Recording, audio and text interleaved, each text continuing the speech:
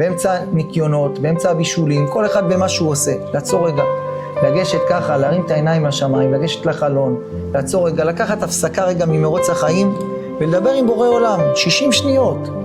ריבונו של עולם, אני רוצה באמת קשר אמיתי איתך, באמת אני רוצה לעשות לך נחת רוח, תעזור לי, תיתן לי, תנחה אותי, איך אני אעשה את הדבר הזה, אני לא מוצא את עצמי, אני לא יודע איך להגיע, אני לא יודע מה לעשות, אני כל כולי מבולבל. תגיד את המילים האלה לבורא עולם מהלב.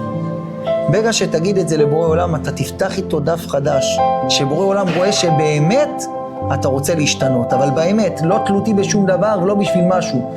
נטו אתה רוצה להתקרב אליו ולהיות איתו בקשר טוב, בורא עולם קורא מהאדם את כל הגזר דין שלו. השאלה אם אנחנו מחפשים את הקשר הזה עם בורא עולם, זה השאלה. וזה צריך לדעת שכל התכלית שלנו פה בעולם הזה זה להגיע לקשר הזה האמיתי עם בורא עולם.